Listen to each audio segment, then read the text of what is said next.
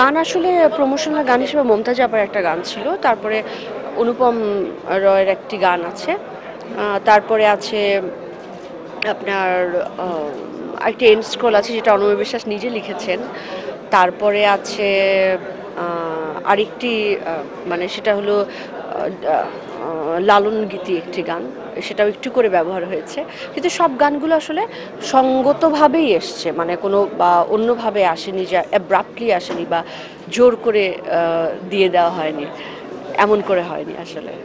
ক্রমশ এ গল্পে আরো পাতা জুড়ে নিচ্ছি, দুমুঠো বিকেল যদি চাও ছুঁড়ে দিচ্ছি, আরো কিছুক্ষণ যোগাযোগ ধরে রাখছি, আঙুলে আঙুল যেন ভুল করে ডাকছি, এ ছেলে মানুষই তুলি দিয়ে আঁকছি।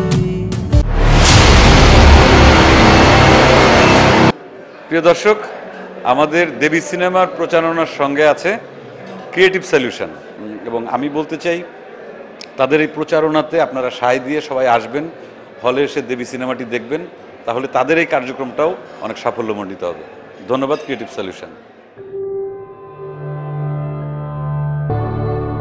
ওকে চলে যেতে বলো, তোমাকে বলেছি একা আসবে, বলো না।